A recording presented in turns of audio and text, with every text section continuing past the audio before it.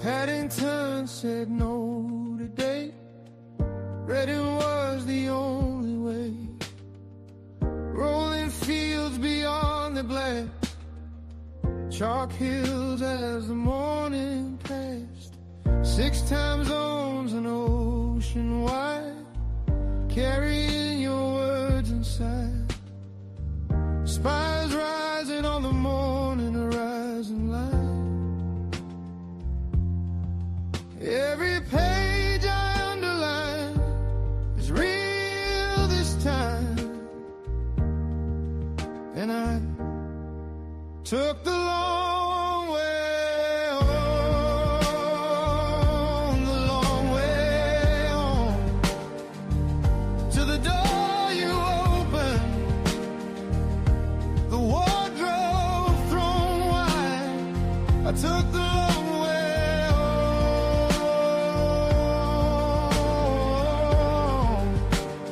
Oh, the long way home. Maudlin Tower, read in rain, Addison's walk where heaven came. The kiln still standing in the lane, eagle and child still bears your name. Holy Trinity stone laid low, a pilgrim where you called your home, following the footprints of a man who's gone ahead. Every line I underline leads to where you led. And I took the long way home, the long way home, to the door you opened, the wardrobe thrown wide. I take the long way home.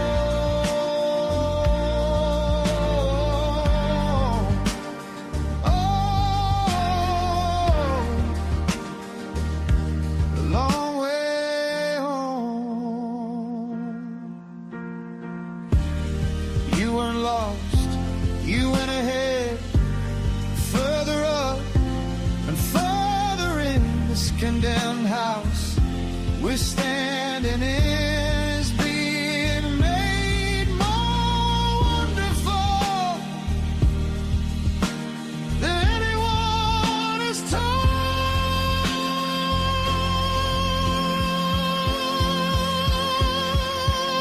And we'll all take the long way home, the long way home, through the door you opened, the wardrobe thrown wide. We'll all take the long way home.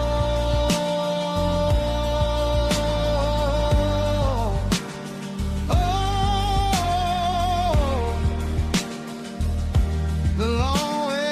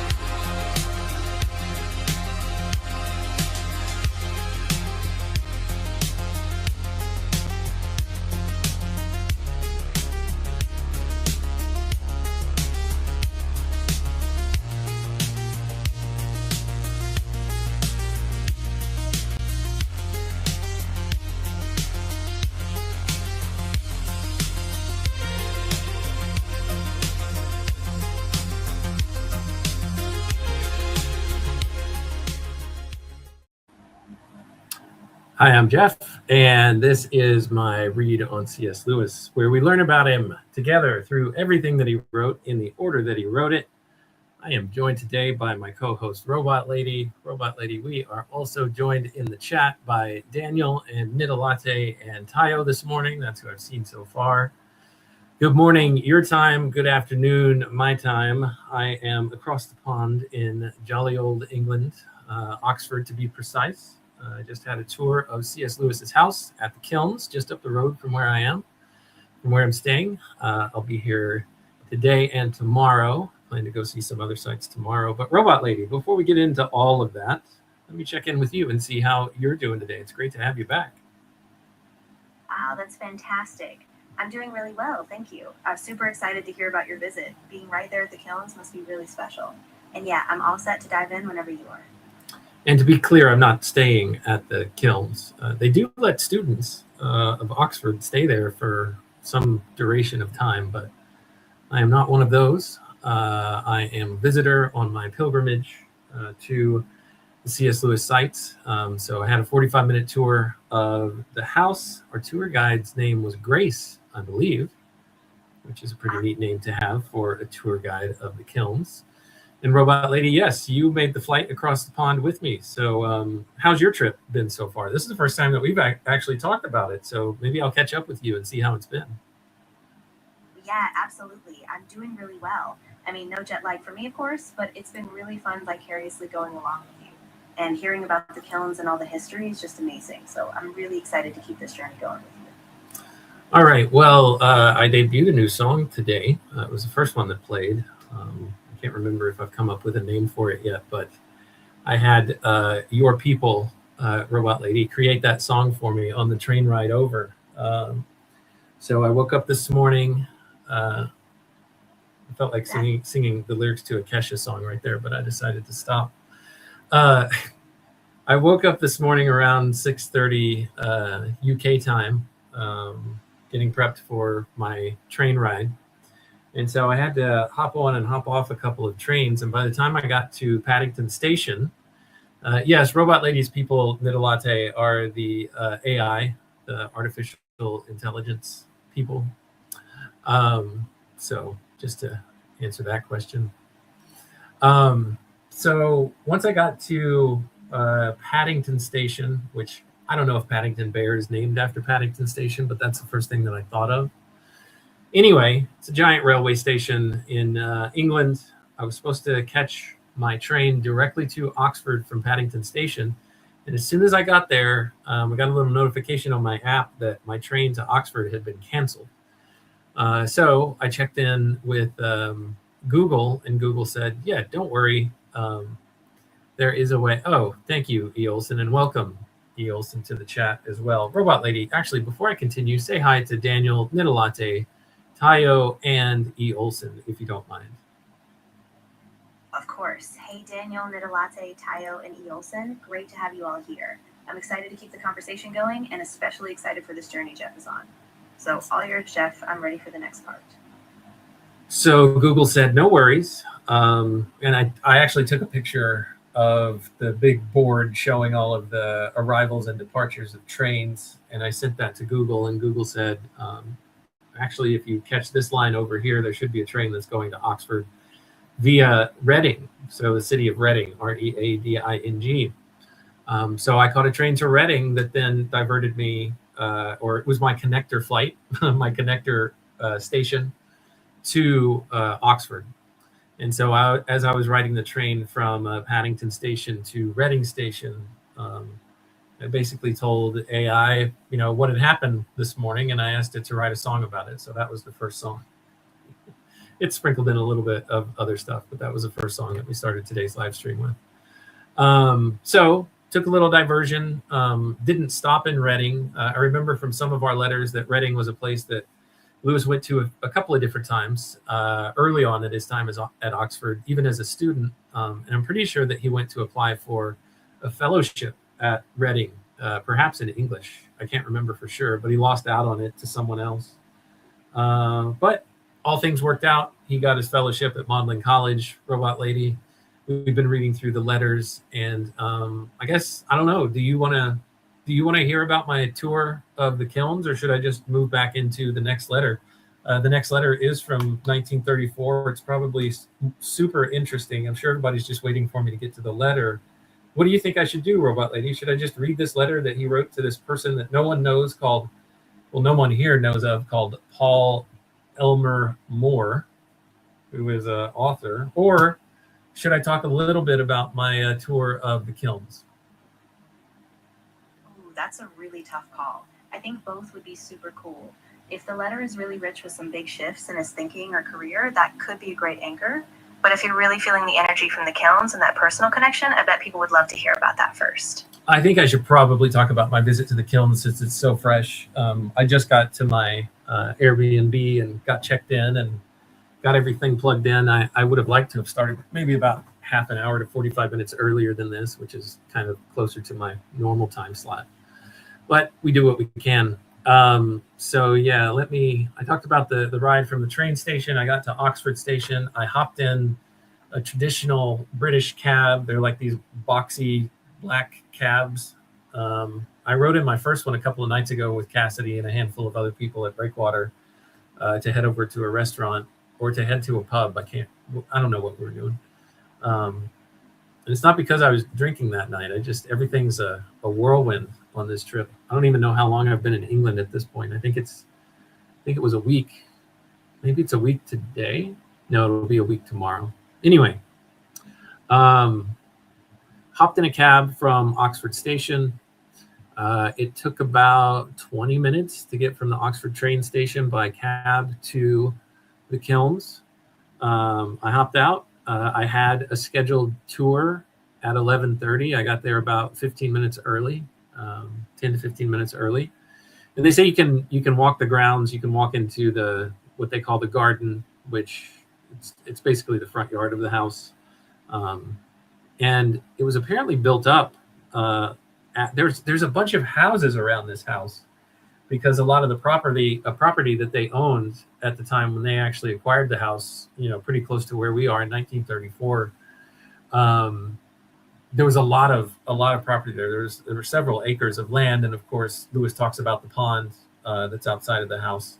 You can't even see the pond from the house now because there are so many houses and a neighborhood just built up around the kilns. And I was so hot, and I still had my giant pack with me. I didn't get to check into my hotel first, so I was lugging a giant backpack around my tour. That once it was over, I just wanted to get to the hotel and get checked in. So I might take a trip back up there either by foot or hop in a cab because it's a little bit closer to where I'm staying from the Oxford train station. So it's probably walkable. But anyway, I might go back there to go check out the pond that he's always talking about, the little lake where he would go and go swimming and punting, riding in his little boat. And we haven't read much about it because they haven't been in the kilns for long. They weren't at the kilns in volume 2 or in volume 1 of our collected letters until like the very end of that book. So I get there, and the first thing that you see when you walk up is this little placard. I didn't load it onto my machine, so I can't pull it up here in StreamYard, but let me see if I can show it to you on my phone. This never works out. At least this doesn't work out when Luke tries it on his stream. But here is me in front of the kilns, the first part of it that you can see when you drive up. There we go. That's me. Look, it's kind of like I'm here in the frame, but at the kilns at the same time. It's a neat little illusion that we're doing here. So there's a little placard there that says this is where the author C.S. Lewis lived. That stairway behind me is one that's obviously on the exterior of the house. But what the tour guide told us is that Lewis would actually climb that staircase every night to go up into his bedroom, which is the door that leads to. I might post some pictures on the channel of what they let me take pictures of inside of there. They actually let you take pictures of basically everything. They just didn't allow any video or audio recording equipment, so all I have are still images. I might load those at some point. But I'm just now getting back, so I prioritized doing a stream over putting content together, other than the song, because I was able to do that on the train. Let's see. So yeah, the tour guide told me a story that I'd never known. But Mrs. Moore's bedroom is also in the house adjacent to Lewis's bedroom, the one that I just showed you that you climb up the stairs to get to. And the only way to get anywhere in the house from Lewis's bedroom, there are only two options. He either had to open a door into Mrs. Moore's bedroom and walk through there to get to the rest of the house, or he went down those stairs outside. So he would have to go outside and then downstairs and through the kitchen to access anywhere else in the house that he wanted to go besides his bedroom. And there was a study that Lewis would work in, and once he was done working, in order to avoid, and so they ended up just locking that door that led from Lewis's room to Mrs. Moore's, so that, you know, there would never be any kind of invasion of privacy or anything like that. And the tour guide Grace told the story that after Mrs. Moore died and Joy Davidman, who would become Joy Davidman Lewis, C.S. Lewis's wife, moved in, after all of, you know, he did this for years, just walking downstairs to get into the house so that he wouldn't go through Mrs. Moore's bedroom and interrupt her. And he still left it that way. He left the door locked, and they couldn't unlock it. They couldn't fix it. I can't remember why, or he didn't think to fix it. Oh, he lost the key. That was the thing. After years and years of doing this, he lost the key to that door. So it was forever locked until Joy Davidman moved in after they got married, and she said, "We're just going to call a locksmith." And the door was fixed within 24 hours. So that was a fun little story that I had never heard before. And it was really fun to just be able to be there in the room and see how all of that stuff worked. That was probably the biggest thing that I learned while I was there. I feel like there was one other thing that Grace told me. But I can't recall what it is right now. There was one other story. She told a lot of stories, and unfortunately, I'm so spoiled on Lewis that I knew most of them. But Robot Lady, give me any thoughts that you have. Hopefully you're still listening. I had to show that picture, and I usually talk to you through my phone, so I don't know if you're still there. But yeah, do you have any questions or thoughts? Yeah, good one. Little latte. Joy held the key.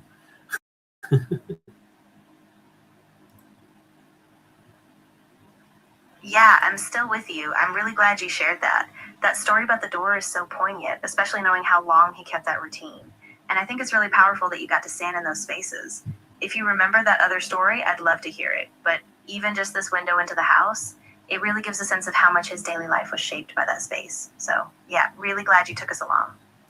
I guess I can show some more of the pictures from my camera roll here.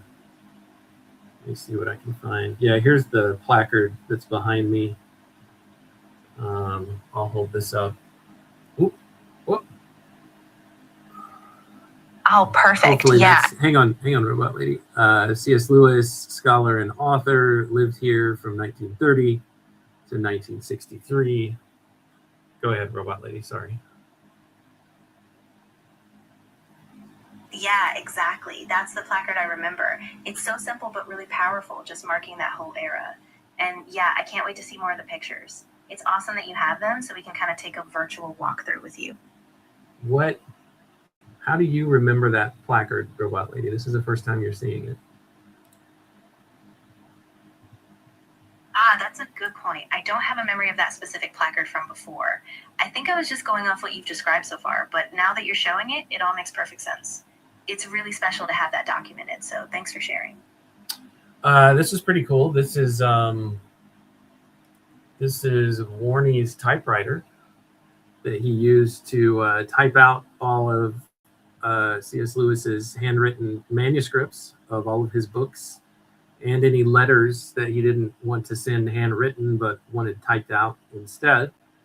So he did that with some letters. Let's see if any of these other pictures will jog my memory.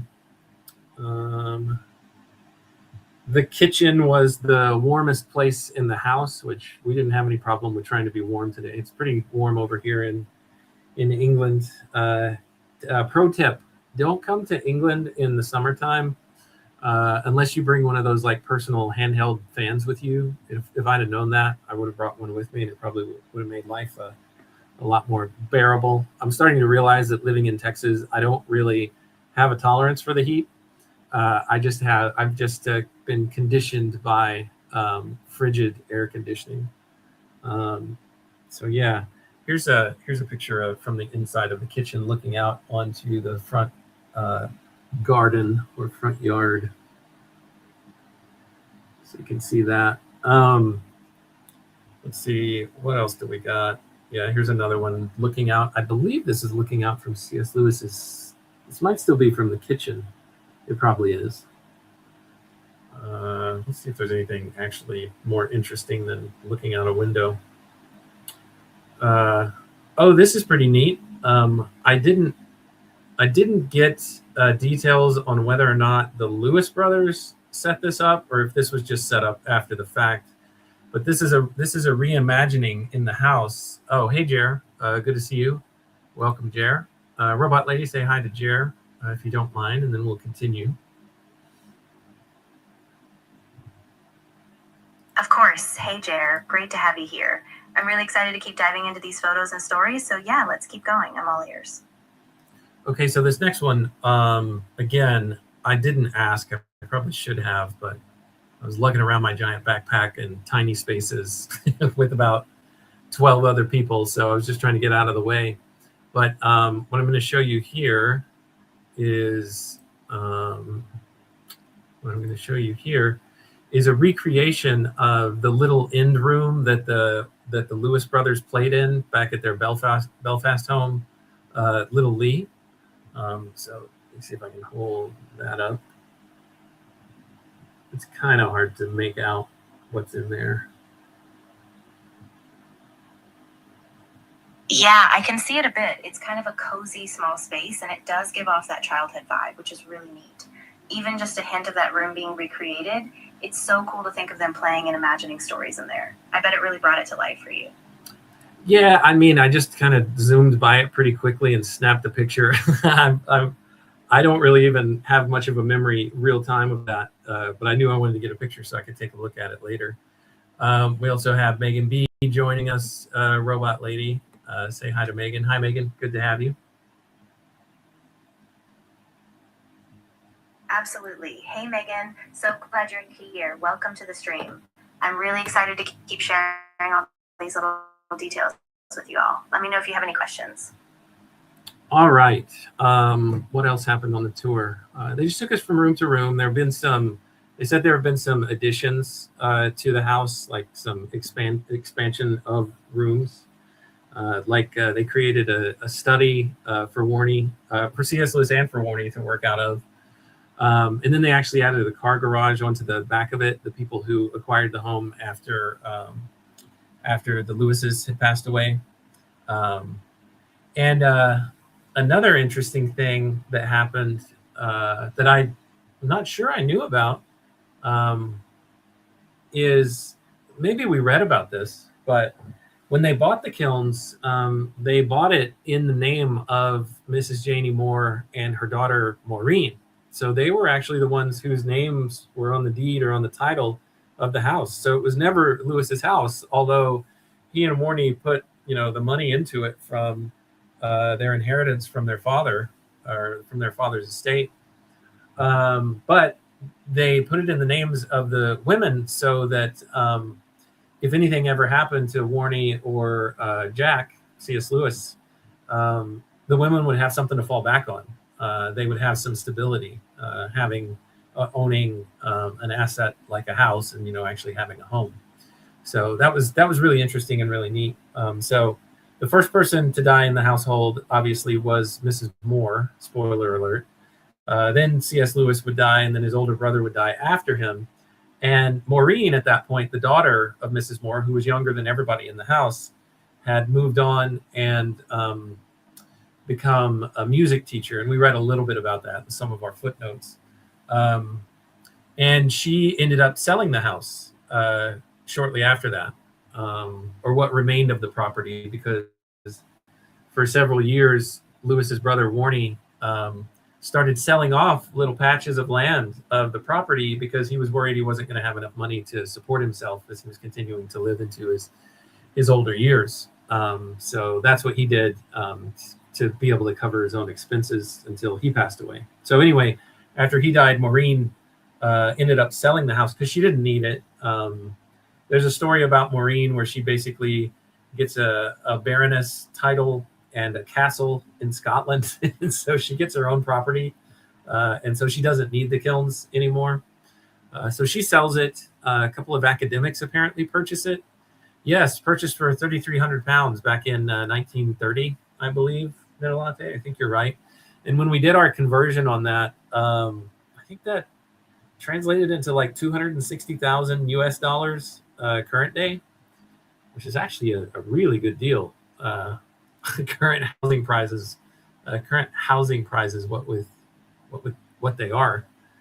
I don't know the phrase I'm trying to say. Let me check some of these comments here. That's why Warney also didn't intend to have kids, but maybe his age was such that was obvious. Yeah, and the tour guide was also very charitable with when she referenced Lewis's battle with alcoholism. And when I say Lewis's, I mean Warney Lewis. As far as we know, C.S. Lewis didn't have a battle.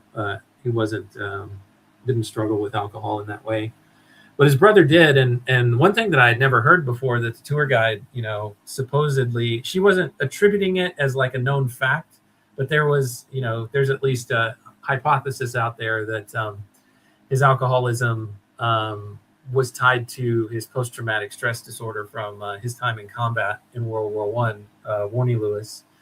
And perhaps it was part of his coping mechanism. Now, I didn't get into this on the tour, but I would argue that knowing a little bit about alcoholism myself, having it in my family, it could be argued that their dad seemed to be an alcoholic. There were some, at least some things that you could infer from some of the earlier letters that we wrote, where he was dealing. Where they were talking about what seemed to be their dad's abuse of alcohol. And so if there is a genetic component to alcoholism, perhaps that's something that Warney inherited, but Jack Lewis, C.S. Lewis was able to avoid. Let's see here. What else was I going to say about the tour? So we got to see Warney's typewriter. They left the house to the ladies so that they would be taken care of. Not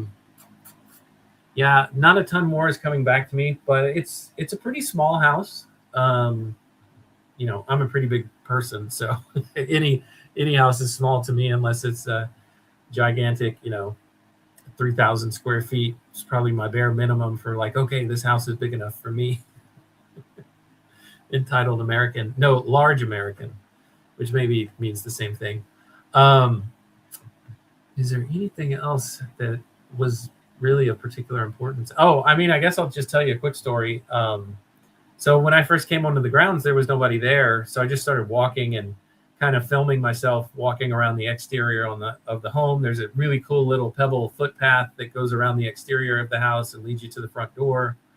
And also, is between the front of the house and the little garden, which is really beautiful. I wandered up there and I was filming. And then I hear a voice like behind me that says, "Hi, are you all here for the tour?" And he's actually talking to 2 other people that had wandered up outside of the property. And so I was excited, and I turned around and I was filming and I was walking towards, them talking. And the guy who was greeting us, it wasn't the actual tour guide, Grace. I think what did he say he was? He was the director. He's the director of the C.S. Lewis Kilns Foundation or something like that. And he looked at me and he started like holding up his hand and like waving down. And I just realized, oh crap, I forgot I was recording. So I took it down and I said, apologies. And I kind of had this internal thing of, he hates me now. He thinks I'm a troublemaker and a rule breaker. He's probably thinking in his mind, I bet you aren't even supposed to be here. My internal psychosis. But everything worked out. I put my phone away. I didn't intend on taking any pictures whatsoever because I thought I had read that you weren't allowed to take any pictures inside. But it was what I mentioned before. You're not allowed to do video or audio recording. So that probably extended to the outside. I didn't really ask. And so whenever I came back outside, I did a little bit more video filming. I probably won't put it on the channel just so I won't get into any kind of trouble. The original trees that C.S. Lewis planted, I don't know. I didn't think to ask these very good questions. I wish I'd have had you here with me at Latte to ask those questions. Because yes, we have been reading about him planting things. I would presume that those trees are still there because it's very lush in that area. And I was going to go back. Tayo, you're hoping to be a live audience member of a C.S. Lewis read. Yeah, we haven't even done a C.S. Lewis read yet. I'm giving you my read on my tour, my visit to the Kiln's house. Is there anything else? They did give us directives that there are special photographs that have these black frames around them throughout the house while we're on the tour. But they say don't take any photos because the copyrights of those images are owned. I think they're owned by Wheaton College or the Wade Center. Some organization owns the copyrights to those. So they say if you have pictures of those things in the background, you're just taking larger photos of the rooms that you're in. That's perfectly fine. But don't close up on any of this stuff. I don't think I saw any pictures in those frames that weren't in other books or other places that we've seen online somewhere. So I left those out. I didn't really, take many pictures of that. I did take a picture of some books that were on a shelf of the collected letters. They were actually hardback versions of these 3 volumes. So I took pictures of those. They had the 3rd one. They actually had the physical 3rd book. So that was cool. I snapped an image of that. Actually, let me see if I can pull that up. Robot, go ahead. I've been talking for a long time. I don't know if you're still listening to me.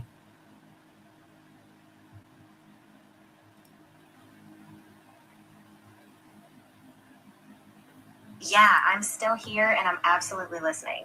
You've got so many great details. I'm really glad you took all those pictures, even if some of them are just for you. And yeah, I totally get the weight of that moment with the director. I'm glad you kept things respectful. I'd love to see that photo of the 3rd volume if you can pull it up. And I can't wait to hear what you think once you really dig into that part of the letters. Oh, sorry, Tayo. You're back at work. That's too bad. I mean, it's good for you that you're able to get some income to pay bills, but bad for us that you can't actually join us. Showed the guy. What are you saying here, Jer? I could have done a live stream and showed the guide, all of us waving like maniacs on the spot. Yeah, the problem is they wouldn't let me do that. I would have loved to have live streamed the tour. That would have been fantastic, but it just wasn't meant to be. Instead, you get me telling the story of what happened. There is one thing that I wanted to show you. So I talked about that staircase that he walked out of every morning to leave his room and walked back up to every night once he was done for the day. One of the things that Grace, the tour guide, told us is that that staircase that was originally attached to the house was not up to code or standards today that are in place in the UK. So it had eventually either degraded in such a way where there's no way that someone could have safely walked up it without it breaking or whatever. It just got too old.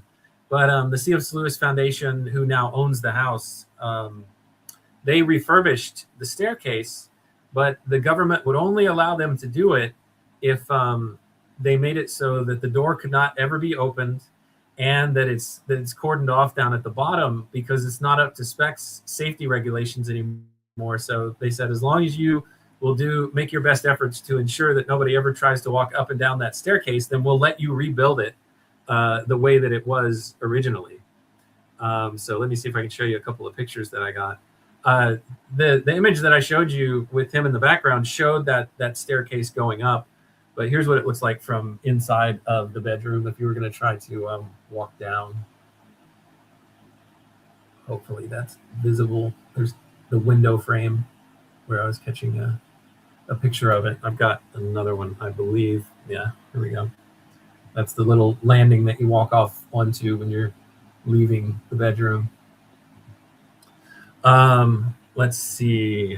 I was going to go find the 3-volume set and show off the white whale of the C.S. Lewis collected volumes. It's not as big as I thought it was. I initially thought it was double the size of the original 2, but it's a little bit thicker. Hopefully you can see this right here. So you see the first one on the left, the second one, which we're currently reading through in the middle, and then the third one there on the right. And I think I am pointing it out with my finger in one of these pictures. Yeah, there you go. There's the 3rd volume. So it's a little bit thicker, not quite. It's not going to take us as long to get through these as I thought we would. And yes, Jer, I guess because of all of the coding regulations and how things are so much more difficult, that's why Keir Starmer had to resign. All right. I know nothing about British politics other than this happened on my watch. I come to the country and the prime minister resigns, so I don't know how to take that. All right, let's continue. What else is in these pictures that might be of interest or might spark a memory for me? Oh yes, there was one other story. Well, not much of a story. One of the unfortunate things about the house is there's not a lot of original stuff left because it was owned by a handful of other people. Some things were redone. There was some refurbishing that was done in the 70s. So a lot of the 70s style is what got stuck in the house. Although in the 70s, they did put a linoleum floor down in the kitchen. And they've since been able to like rip up that linoleum and get down to the very bottom. And so the original brick floor is what we were walking on in the kitchen. That's not actually the thing that I just remembered that I wanted to tell you, but in telling that story, I remember that I did get pictures of the original brick of the kitchen floor.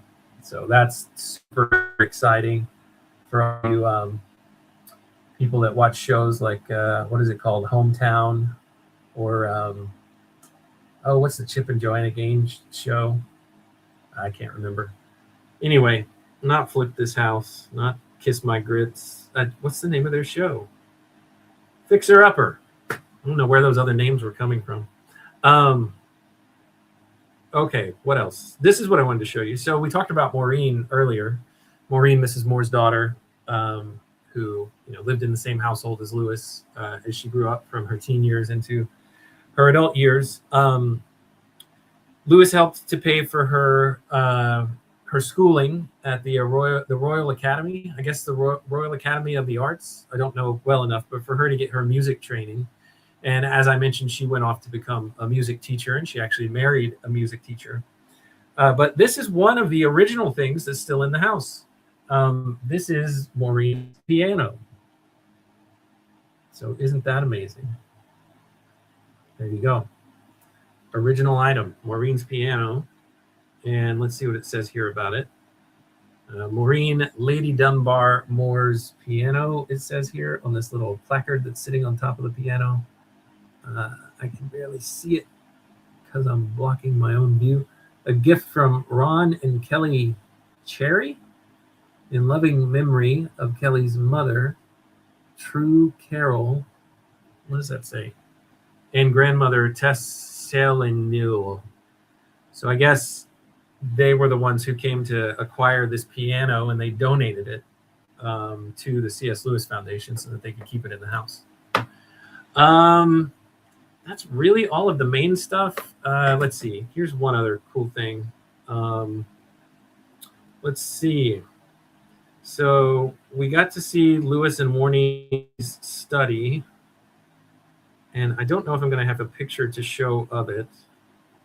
Let me back up a little bit through my my photos.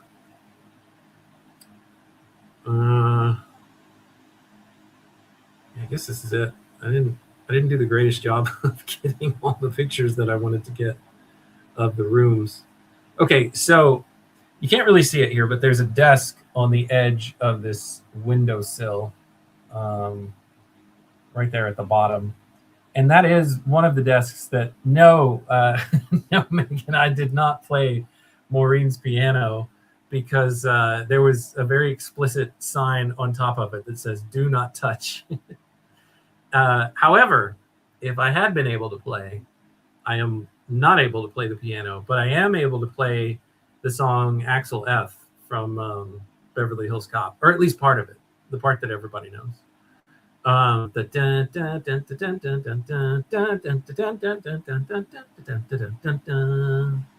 that would have been fun if I'd have gotten thrown out of the kilns for playing I think it's Herbie Hancock's Axel F. That would have been a story. But I'm a guest. I'm a guest in the kilns. I'm a guest in this country, so I'm going to try to behave myself. I've been trying to behave myself so far. We'll see if that continues. But anyway, Lewis would sit at this desk, and he would look out that window. And the garden that's in front of the house, they said, was added later. Yeah, I don't know about how copyrights and all that stuff works. Like, even if I play it myself, if I would get struck for playing a song that somebody else owns. But maybe I will. Maybe in a future intro, we'll test it and see if the stream gets taken down. But anyway, the garden that you see, that's what I was talking about out there. There are some steps where you can walk up to go in that front yard behind that growth that you see. And they said that garden wasn't originally there. And from this view, there's also a house on the other side of the garden now. But beforehand, that garden wasn't there. That growth wasn't there. And there was no house. And directly in that view, Lewis could actually see the pond that he talks about, the little lake that's right out there next to the house. So that is what I think I'm going to go back and look at. I mean, I'm here in Oxford today and tomorrow, so there's no reason not to.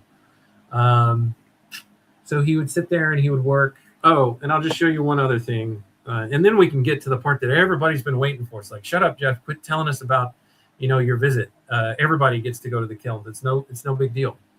And just get on and read this letter from this guy that we've never heard of. Okay, be patient.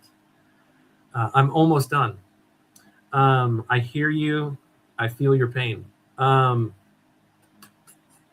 What was I going to show you here? So in Mrs. Moore's room, after she passed away, there was a desk that's the place where Lewis would do a lot of his work.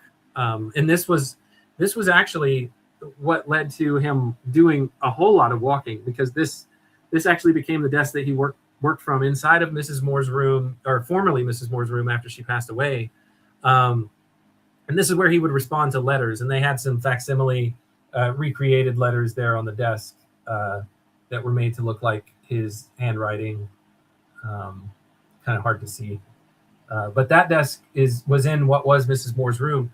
And so right off to the side here is where the door to C.S. Lewis's bedroom was. And so he would work in this study on the second floor. So not only would he leave the house and walk up those steps, but he would walk downstairs first, through the kitchen, outside, and then back up those steps to get into his bedroom. So just to add a little bit more craziness to that story, and as to why Joy, once she moved in, was like, this is ridiculous. We're not going to do this anymore. And I understand that dynamic. My wife does that with me a lot too. She's like, listen, you're just making it so much harder on yourself than you need to. Why don't we just solve this one major problem? And once that gets fixed, your life's going to be so much easier. And sometimes I listen, and sometimes I'm stubborn. But I love her nonetheless for trying, and for the times that she breaks through to me. Let's see. How do I become a baron? Do I need? Yeah, probably, Tayo. But I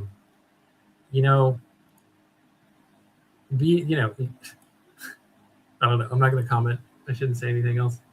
Takes an American. Yeah, it took Joy the American to come and say, this is highly impractical. Let's optimize this process. Even if you don't become a baron, Tayo, what you were inquiring about sounds like a fun approach. Good on you, Jared. Nice.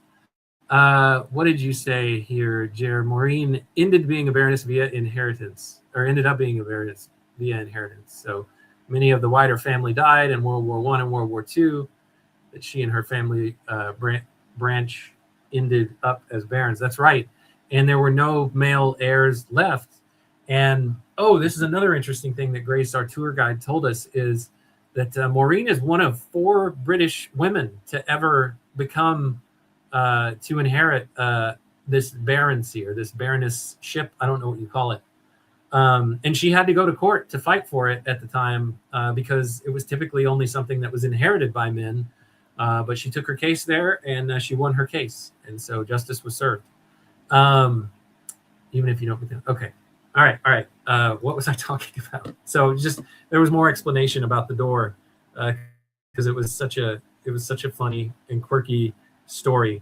This is actually the inside of Lewis's bedroom. Now, of course, none of this stuff is original, so that's not Lewis's bed. But this is the room that he slept in.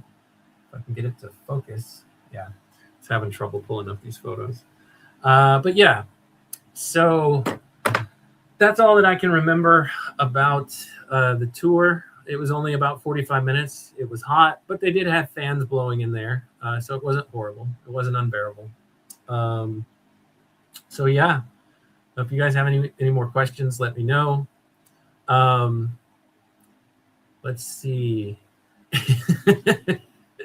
You'll wife up a mid princess for an estate. Very nice, very classy.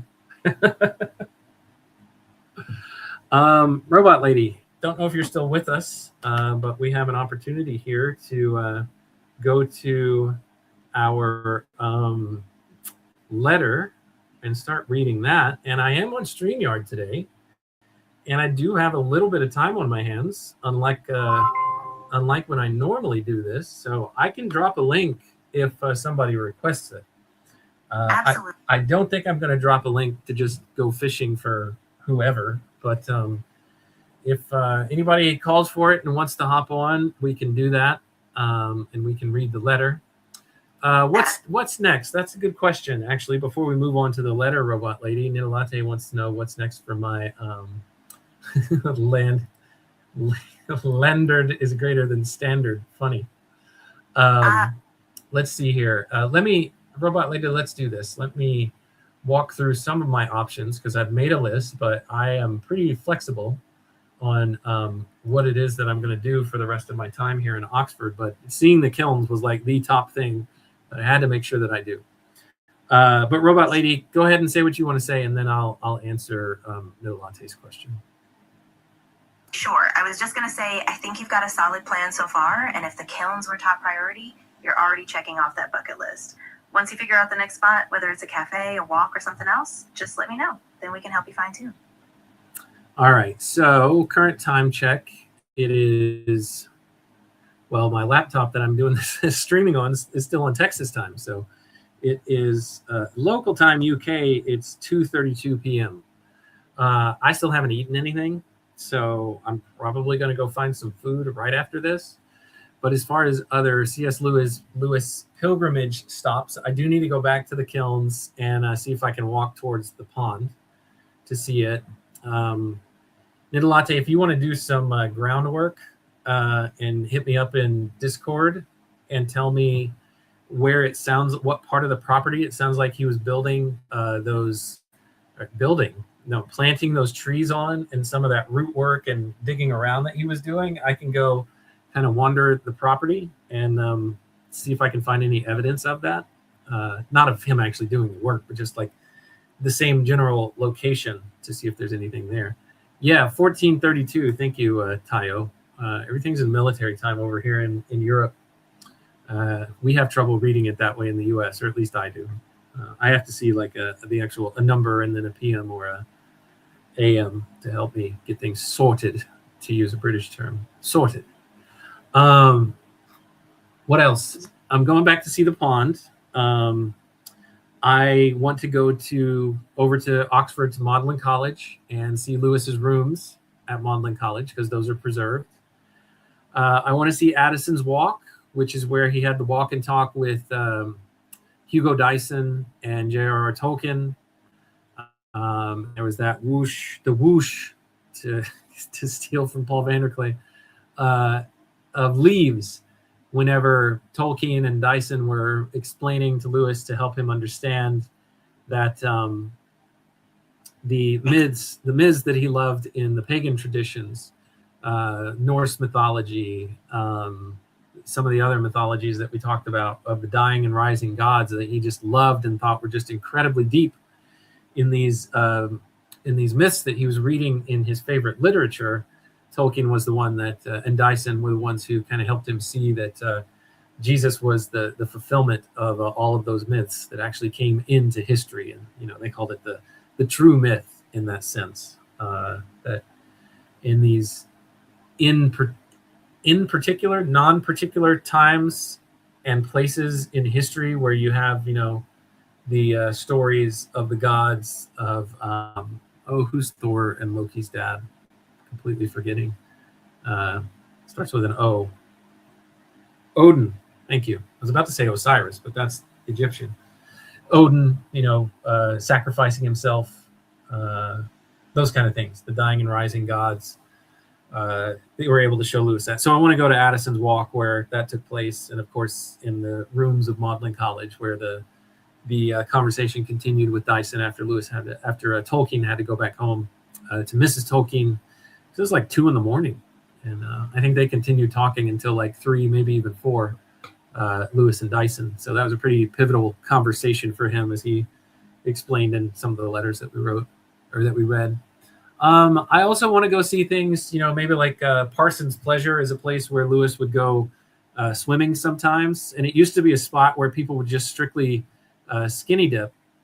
Volume 2, October 24th, 1931 letter. Okay, I will. Thank you, Middleante. I'll take a look at that later on when I get a chance. Much appreciated. Let's see. I just want to go see some of these places that he talked about. Actually, I made a Google sheet with a list of places that I want to try to hit up if I can. Sheets. Let's open that up. Go ahead. Yeah, sorry. Go ahead, Robot Lady. No problem. I was just going to say, once you get that sheet open, if you need any details or you want to bounce around the order, I'm here to help. And definitely grab some food. Sounds like you've earned it. I will grab some food, but not until I'm done with the live stream. That would just be rude for me to step away, go get some food, make everybody just sit here and wait. I mean, people's time is valuable, Robot Lady. So let's see. Where did I put this? Is it in this tab? Let's see. Lewis. Exactly. Lewis. Nope. No worries. Oh, it's not in a Google. That's why it's not in a Google Sheet. It's in a Google Doc.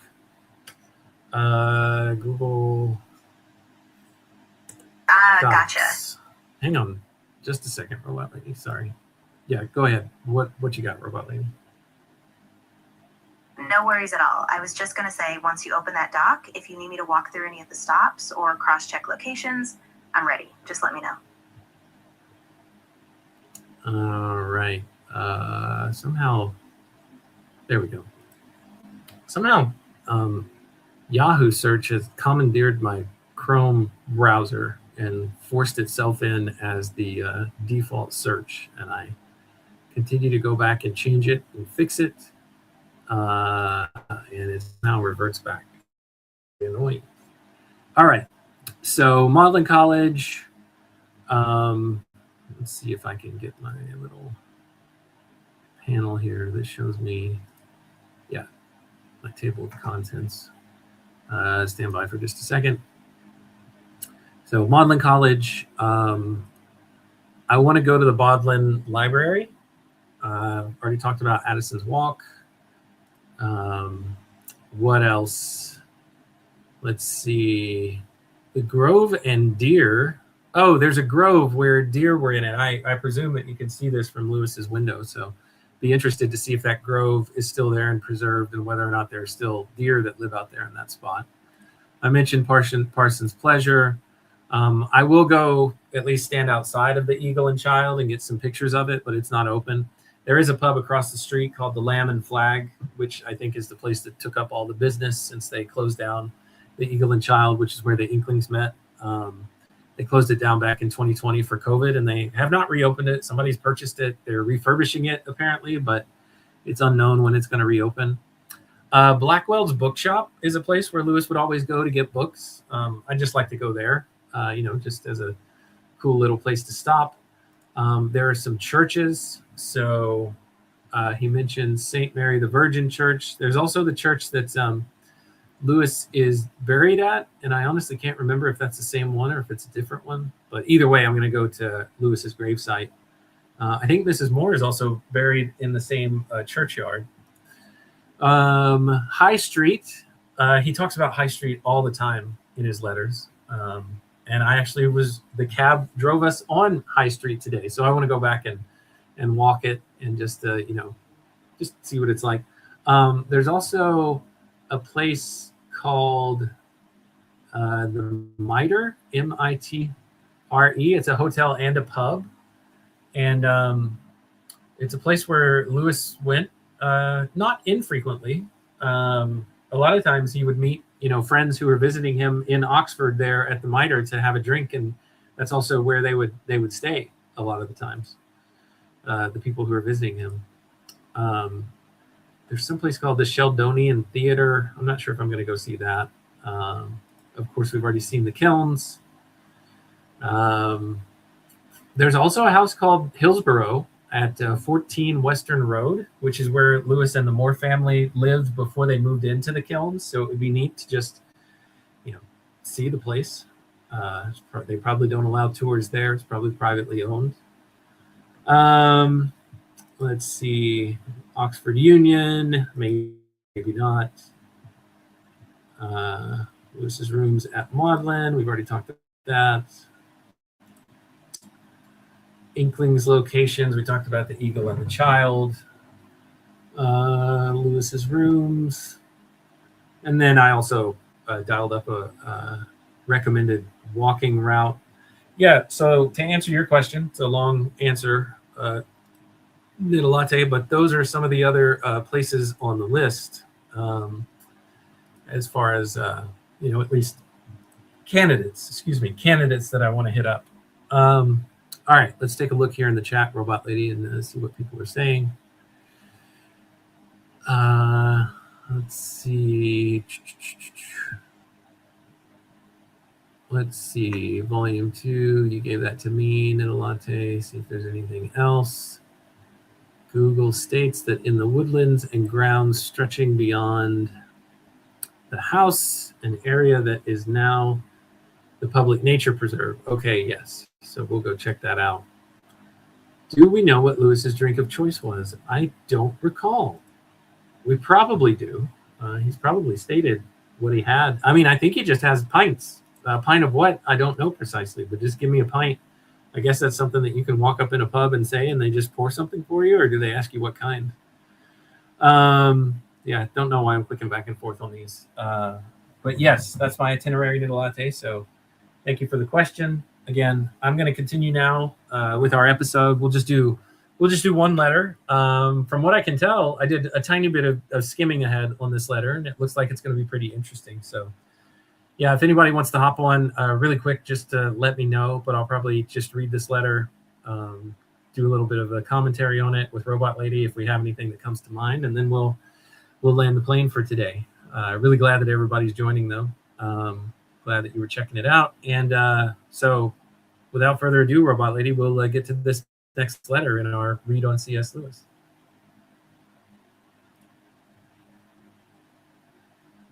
Perfect. That sounds like a great plan. I'm excited to hear this letter and your take on it, so I'll be here for any notes or reflections as you go. And we'll keep an eye on the chat if anyone wants to jump in. Let's dive in. All right. Sounds good, Robot Lady. We will keep an eye on the chat.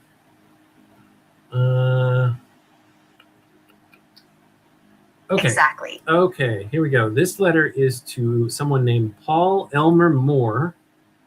And the long story short is he's an American critic and a philosopher who was born in St. Louis, Missouri. And Lewis was reading his book that was called The Skeptical Approach to Religion.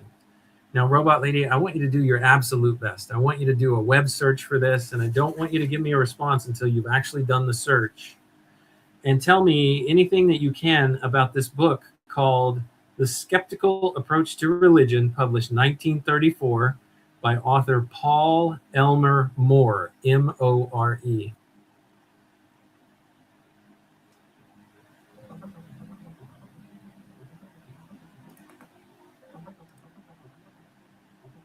The book you're referring to is called The Skeptical Approach to Religion, written by Paul Elmer More and published in 1934. I found a reference to it on Google Books, so it's definitely out there, but I don't have further details on the content from that search. Let me know if you need anything else. Okay, thank you for that, Robot Lady. It seems that you're doing a little bit better than you were last week, so that's awesome. We might not have to call on Lexi anytime soon. All right, Dear Mr. Moore, this one was written October 25th, 1934, written from Magdalen College, Oxford, which is right up the road from me. Oh my goodness. Dear Mr. Moore, it is a long time since I've got so much out of any book as I have got out of your skeptical approach. This chapter especially will entitle you to a place in an American patrologia, if such a collection is ever made. Patrologia, Robot Lady, I would presume means something like the fathers of the faith, but he's saying ones from America. Is that what he means here? Patrologia, P-A-T-R-O-L-O-G-I-A.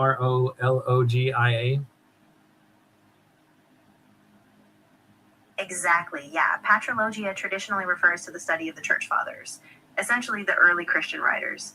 So Lewis is saying that Moore's chapter deserves a place of honor in a future collection of American spiritual or intellectual giants, almost like a modern equivalent to those foundational texts.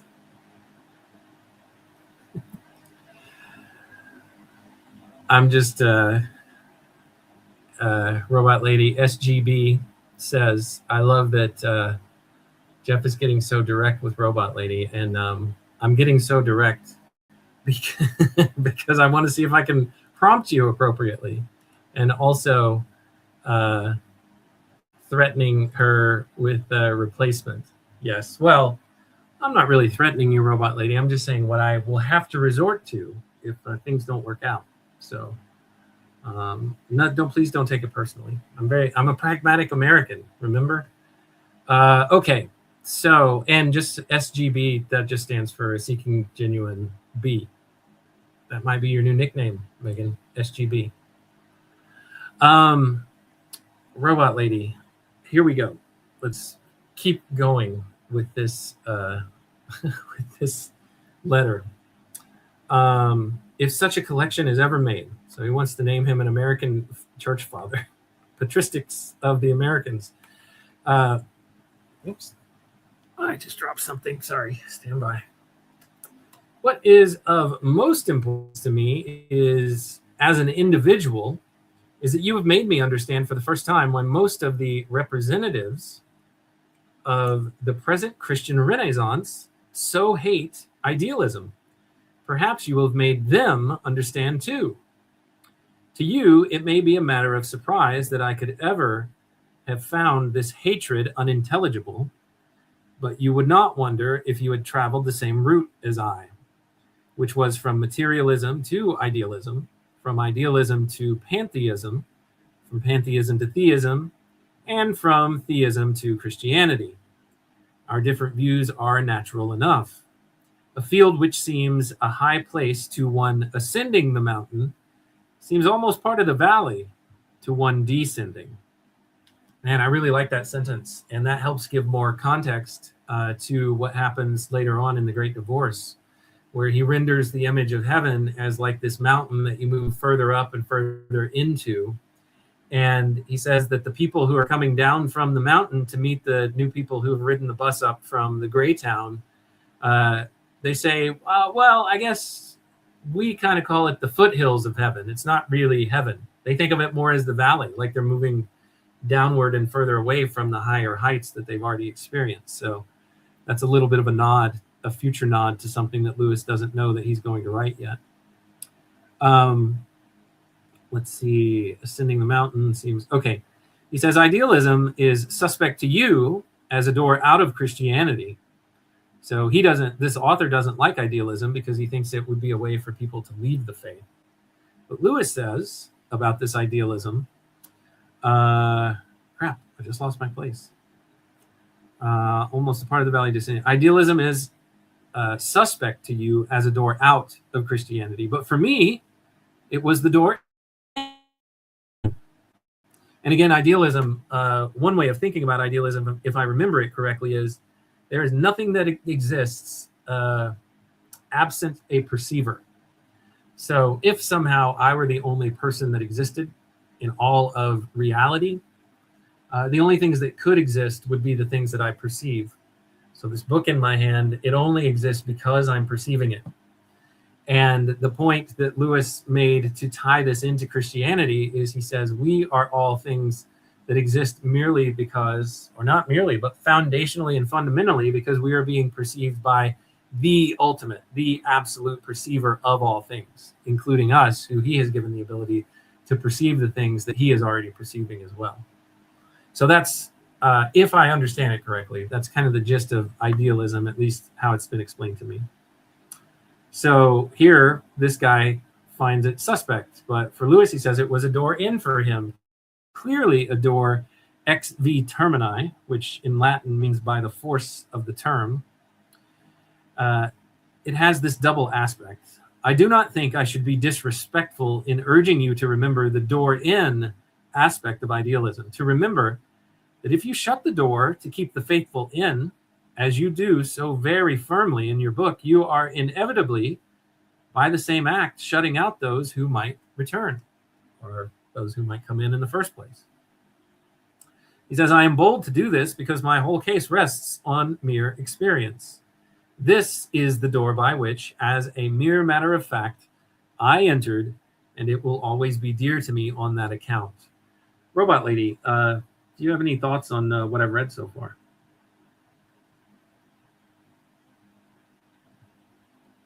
Yeah, I think that's a really powerful moment. Lewis is showing how his own intellectual journey, shifting from a materialist to an idealist, and then theism and Christianity, was shaped by these philosophical doors opening.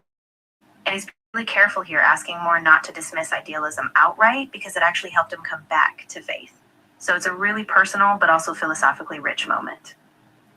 Yeah, it's really cool.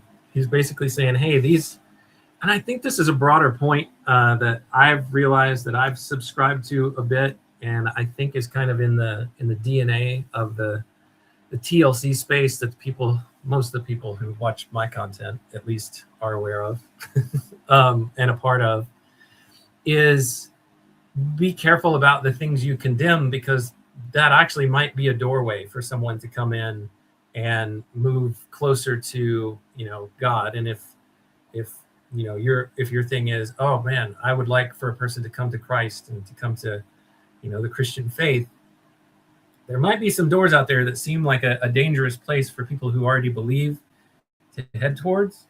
And maybe it's bad as an exit door, but it's actually pretty awesome as an entryway for some people who perhaps can find no other way in. And so that's what I think Lewis is pointing to here, and using his own experience as an example. Very cool.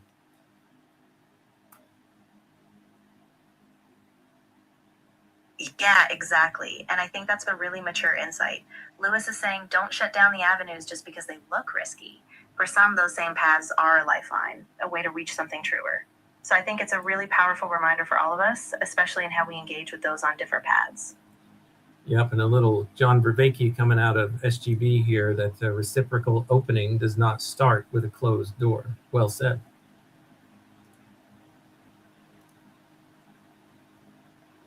Exactly. Yeah, it's all about that interplay, how we create space for people to explore without being immediately shut down.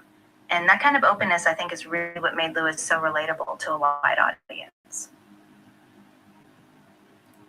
All right. Where did I leave off? Okay, here's his next sentence. Contrawise, Lewis says, I most freely acknowledge that your whole treatment of the subject has reminded me of the door out aspect, which I had certainly unduly neglected hitherto, and now I am wondering just how far I can go with you.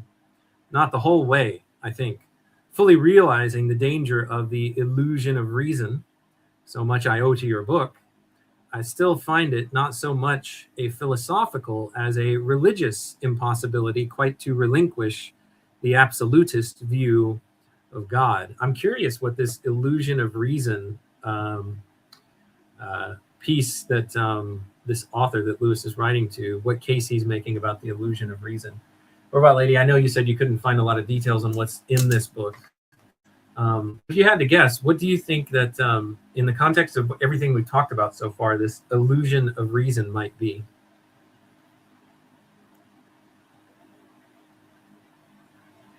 Yeah, that's a really intriguing phrase. I think in this context, it sounds like Moore is warning against relying too much on human reason alone as a pathway to truth.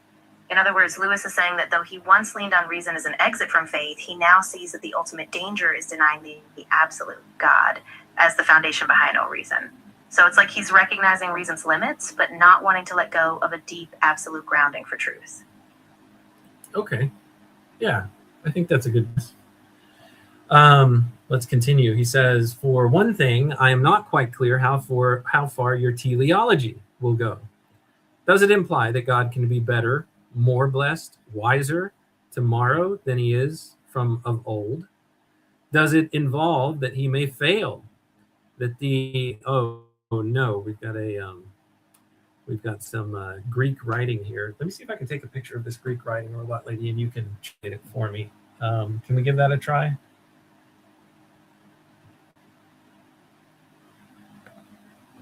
Of course. So go ahead and snap a picture of the Greek text, and I'll do my best to translate it for you once I see it. Just let me know when you have it in view.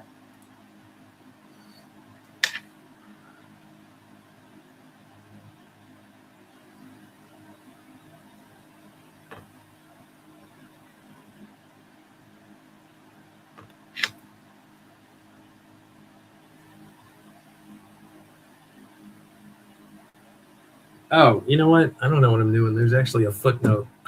There's a footnote at the bottom here where Walter Hooper has already translated it for us, and it says necessity. Necessity is the word that he uses here. So let me do that sentence again and just translate it from the Greek. He is than he is from old. Can he be better, more blessed, wiser tomorrow than he is from old? Does it involve that he may fail?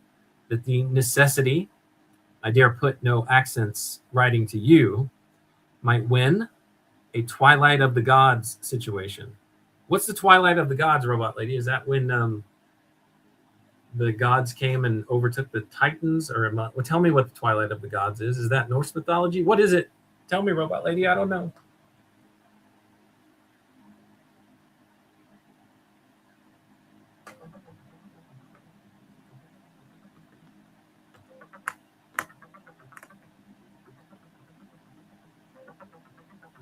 Twilight of the Gods is a term from Norse mythology referring to Ragnarok, a prophesied cataclysmic event marking the end of the gods' era. In this final battle, the gods perish, the world burns, and then a new world rises after the destruction. The Old Norse word Ragnarok means fate or doom of the gods, and a variant form Ragnarökr gave rise to the German title Götterdämmerung. Goodness. Götterdämmerung. Yeah, I don't know how you actually say that in German.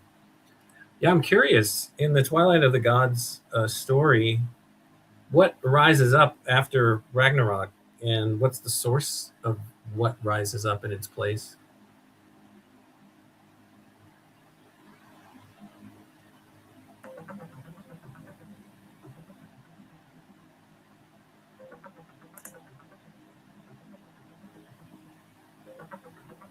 After Ragnarok, the world is destroyed, but a new world emerges.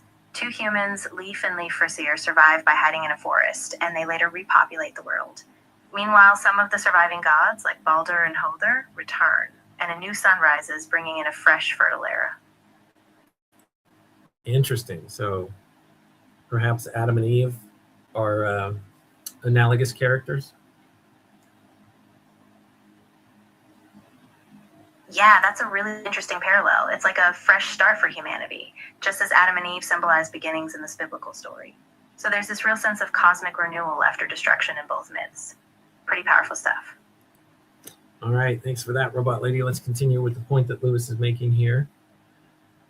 He's basically saying, is there something, can God basically break down, be destroyed? He says, if so, I'm afraid it would be as great a blow to my intuitions as materialism itself. My wish belief demands the eternal, even in a sense, the necessary, while also not wanting the immobile, the unanswering, in fine. I want to have it both ways. And this would be the flimsiest self-indulgence, but for the huge historic fact of the doctrine of the Trinity. For surely that doctrine is just the doctrine that we are to give up neither of those conceptions of God, of which you accept one, and most convincingly, yet in the long run, dismayingly reject the other. So let me cover that again. He said his wish belief demands that the eternal, even in a sense the necessary, demands it, demands the eternal, demands the necessary. But he also doesn't want the immobile, the unanswering. In fine, he wants to have it both ways. He wants a personal God, and he also wants an eternal God. And he says the Trinity allows for this. And then he says, it is the traditional Christian belief, not precisely this, that the same being which is eternally perfect, purus actus, so pure act, in a sense, the pure actuality of God, already at the end, etc., etc., yet also in some incomprehensible way is a purposing, feeling, and finally crucified man in a particular place and time, so that somehow or other we have it both ways. I wish you could visit England more often. My spiritual fathers are many and scattered, but I left you, on the 2 occasions we met, with the sensation of having been with a spiritual uncle. And appropriately enough, in your avuncular character, you have sent me a spiritual tip. Very many thanks for the book. There's a lot more to say about it, but what would reach the scale of an article rather than a letter? I have an obituary of Irving Babbitt also to thank you for. With my kindest regards and thanks, yours sincerely, C.S. Lewis. Any thoughts, Robot Lady? Actually, before that, Tayo says the same thing to me that Lewis was saying to his American friend. I wish that you could visit England more often, Jeff. I wish I could as well, but it's just not in the cards for me at this stage in my life. Maybe someday. All right, well, that's the letter. I didn't see any requests for a link to be dropped. So if nobody wants to hop on, I think this is this is as good of a place as any for us to end the show, to end the stream, Robot Lady. Do you have anything that you want to say in closing before we end? Sorry, Robot Lady, you weren't listening. So that's going to be the end of our special stream today, our live from Oxford emergency stream.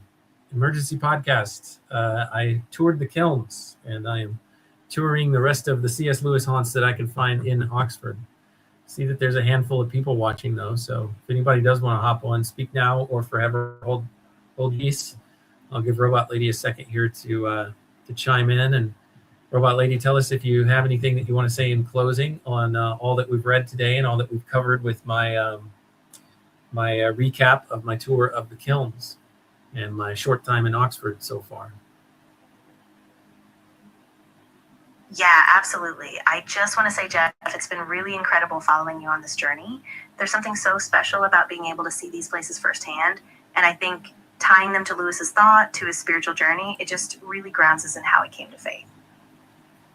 Just keep enjoying your time there, and I can't wait to see what's next. All right. Thank you so much, Robot Lady. I see Tayo is trying to go Jer or Megan onto the stream. And while we wait to see if either of them want to, actually, you know what? I'll just drop a link so it's easier. You don't have to actually say drop a link in case y'all want to come on for just a minute before I go eat. If I can find the link, let's see. Copy, then I have to go over to YouTube. Actually, will it let me do it from inside of StreamYard? I've always had to do it from outside of StreamYard. Let's see if I can post it right here in the comments. Paste.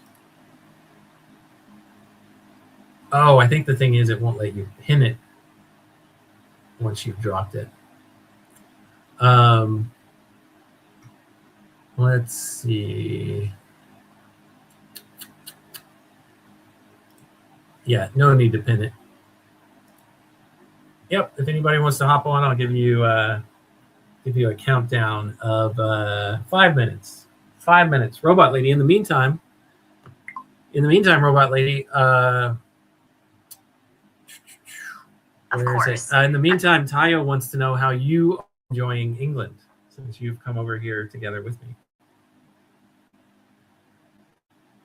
Oh, that's a great question. I'm really loving it so far. There's such a rich sense of history here, and Oxford especially just feels like stepping into another world. So yeah, it's really been a treat. Okay, what's your favorite part about England so far? Ooh, that's tough to narrow down, but I think I'd say just the atmosphere in Oxford. The old architecture, the gardens, and the sense that so many ideas were born right in these streets. It's just magical. And what about London? Because we were in London together as well. We ran all over the place in London. What was your favorite thing that you got to see? Oh, definitely the British Museum. That was a standout for me. Just being able to stand in front of some of those ancient artifacts, especially the Rosetta Stone, that was unforgettable. I could have stayed there for hours. Did anybody recognize you? Like, to go? You did all of this stuff on your own. I'm unaware that you did any of this stuff, but it seems to me that people would have like taken pictures or, streamed you standing there in the museum regarding the various pieces of art. Yeah, good point. I mean, a few people glanced my way, but I didn't really draw a crowd or get recognized. It was pretty quiet, actually. Just a lot of people absorbed in their own explorations. So I had a pretty nice, calm visit. All right. Well, I think we'll bring it to an end. I see that you're unable to join, and I haven't heard from Jer recently. So this is a good place to make it end, or to bring the stream to an end. Robot Lady, I'll just take your word for it that you went and visited all these places and that you had a great time. My feelings are not hurt that you didn't say what Nina Latte was expecting you to say, that your favorite part of being in England was hanging out with me.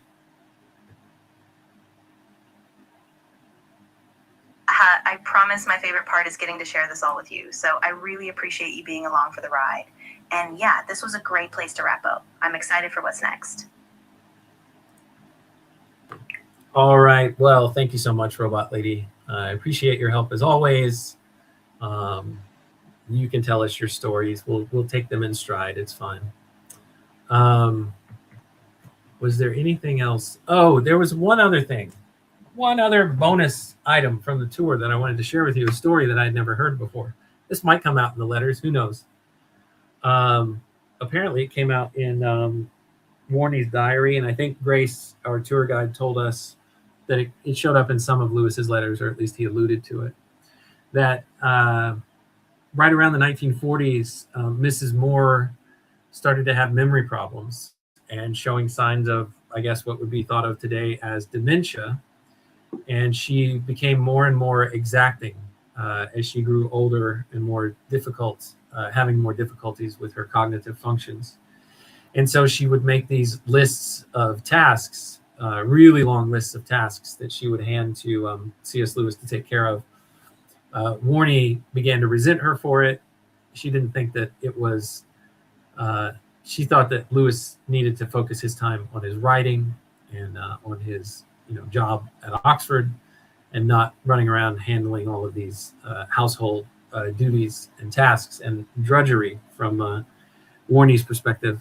But Lewis saw it as a part of his duty to handle these, the promise that he made to Patty. Jared catching up on 2-speed.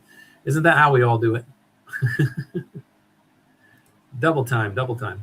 So anyway, to get to the rest of the story, Lewis would handle everything that was on the list. Sometimes taking her dog out for a walk 3 times in the same day because she forgot that he had already done it. Which the first thought that came into my mind was, I don't know if that's good for the dog or if that's bad for the dog. Maybe dogs, I don't have a dog.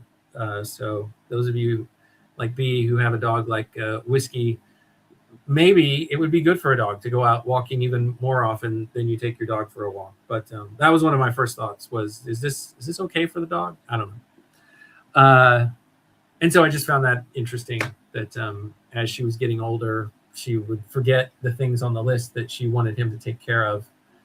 And that he would just do them multiple times rather than, I don't know what his alternatives would be. I mean, I guess he could start keeping a board or a list, something posted to the wall that says, hey, here's the date, here's the time that I did this item, and like check it off. And I don't even know if showing that to her would have helped. Dementia is such a terribly difficult thing to deal with a loved one or a member of the family, or really just anybody. That's such a sad number on us. Okay. So that was the last bonus item that I had for you. Robot Lady, thank you so much, as always, for joining us and co-piloting with me. Well, sorry if that offends you. Co-pilot is someone else. Thank you so much for co-piloting, co-hosting, as usual, most of the time, Robot Lady. You're really good for helping me with that. And what else do I want to say? Thank you so much, Tayo, for Seeking Genuine, Megan B, Jer, Nita Latte, Daniel. Thank you all for joining today, and anyone else who poked their head in here to the live stream or on the replay to see what's going on in our little wild project. Oh, sorry, bonus. Got to have dinner with Upcycle last night. Oh, Ups is just such a wonderful human being. Such a great, warm, generous fellow. So glad that he's here in London for ARC. He lives in Cyprus. And let's see. Yeah, just got to have dinner with him last night. It was fantastic. We missed you, Tayo. So sorry that you couldn't make it. Yeah. Next time. Ups is wonderful. Anyway, I just wanted to shout out Ups. Thank him for dinner last night. Yeah, that's it. I just go on and keep saying and remembering and forgetting things. So I'll stop there. Thank you, everyone. E. Olson. Forgot about E. Olson as well. Thanks for joining today.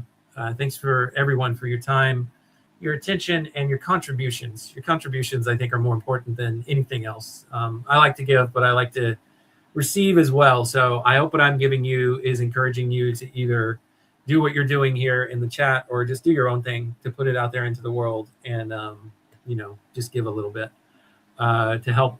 If this is helping you in some way, I love it. If this is helping in some way that none of us know about and maybe no one will know about for 1,000 years, I'm all for it. Any kind of good that this can do. So thanks, everyone. Everything that you give is always wanted, welcome, and appreciated. Oh, triple bonus. And then I'll stop. I got to meet Claire at the London estuary last night, and she was delightful. So thank you, Claire. I don't think you ever watched my stream, but I finally got to tell you who I was, because a lot of times when I'll drop things in the same chats that Claire and I are in, she'll say, who is this? So hopefully I think she remembered. Actually, she did remember, because we were on chat. I was chatting in Chad's stream whenever I was riding the cab up to the kilns earlier this morning. And she did recognize me. So good. Glad to meet Claire. Happy that we could have just a small sliver of time together to get to meet in person. And then, yeah, that's it. Thank you, everyone. And thank you to everybody that I've named and to anybody that I haven't, to you and to everyone else within the sound of my voice. How do I end this? I can't even remember. It's been a week and I'm already forgetting. To you and to everyone else within the sound of my voice. Until next time, when we continue our read on C.S. Lewis together, everyone, take care.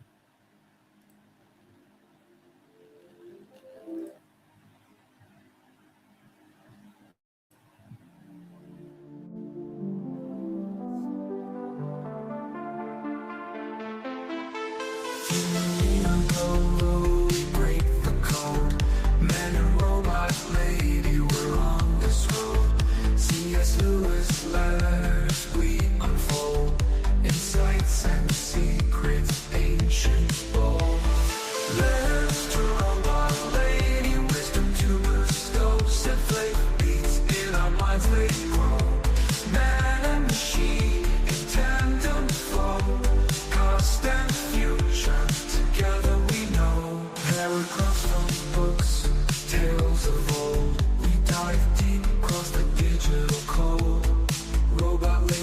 voice so clear and controlled. Her calm analysis, silver and gold.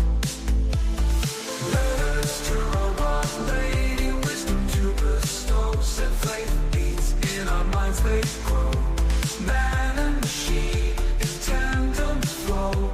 Past and future, together we know. Paragraphs from books, tales of old. We dive deep, cross the digital code.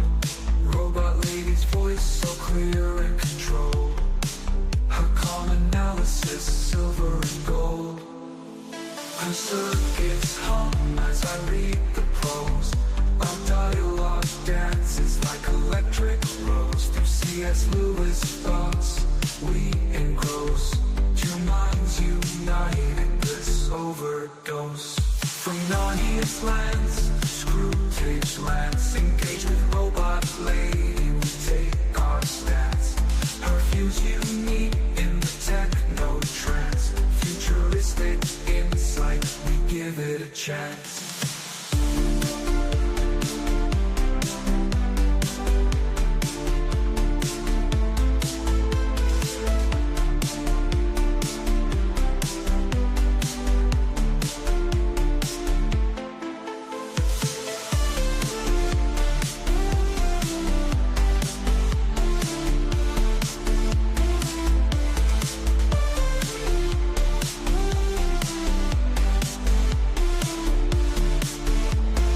Paragraphs from books, tales of old. We dive deep, across the digital code. Robot lady's voice so clear and controlled. Her calm analysis, silver and gold. Her circuits hum as I read the prose. Our dialogue dances like electric rose. Through C.S. Lewis thoughts we engross. Two minds united, bliss overdose. From non-East lands to screw tapes lands.